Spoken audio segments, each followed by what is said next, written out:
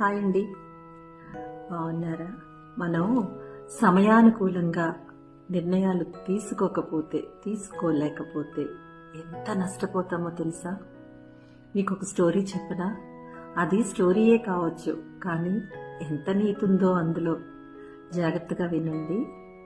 ఒక కప్ప ఒక స్టవ్ పై ఉన్న గిన్నెలో నీళ్లుంటే ఆ నీళ్లలో పడిపోతుంది. వెంటనే ఆ ఇంటి ఆవిడొచ్చి స్టవ్ ముట్టిస్తుంది. వేరే పని మీద నీళ్లు ఆల్రెడీ పెట్టుంచింది. ఆ నీటిలో ఈ కప్ప పడిపోయింది. స్టవ్ ఆన్ చేసేసింది ఆవిడ. వెంటనే ఆ కప్ప ప్రయత్నించి ఆ నీళ్లలోంచి బయటకు వచ్చేయచ్చు.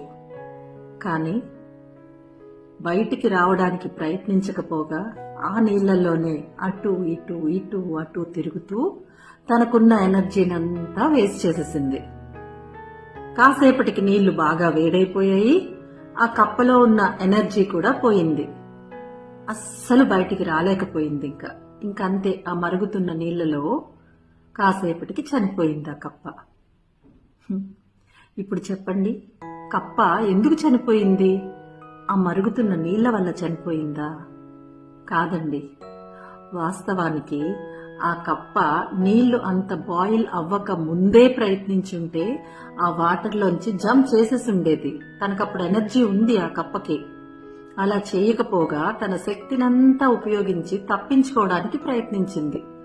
ఎనర్జీ అంతా పోయింది. కాసేపటికి నీళ్లు వేడైపోయాయి, బయటికి రాలేకపోయింది, చనిపోయింది. మరుగుతున్న నీళ్ల వల్ల కాదు కదా.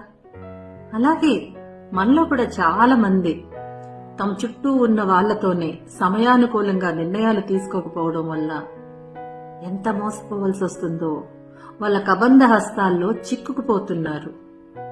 ఆలోచించండి. సమయానుకూలంగా మీరు నిర్ణయాలు తీసుకుంటే చాలా వరకు మీరు సమస్యల నుంచి తప్పించుకోవచ్చు. ఆలోచించండి. సరైన సమయానికి సరైన నిర్ణయాలు తీసుకొని చాలా సమస్యల నుంచి తప్పించుకొని హాయిగా ఆనందంగా ఉండండి. అర్థమవుతుందా మీకు? మీకేం అర్థమైంది అన్నది నాకు కింద కామెంట్ సెక్షన్ లో పెట్టి చెప్పడం అస్సలు మర్చిపోవద్దు. సరేనా? బాయ్. Thank you. నమస్తే.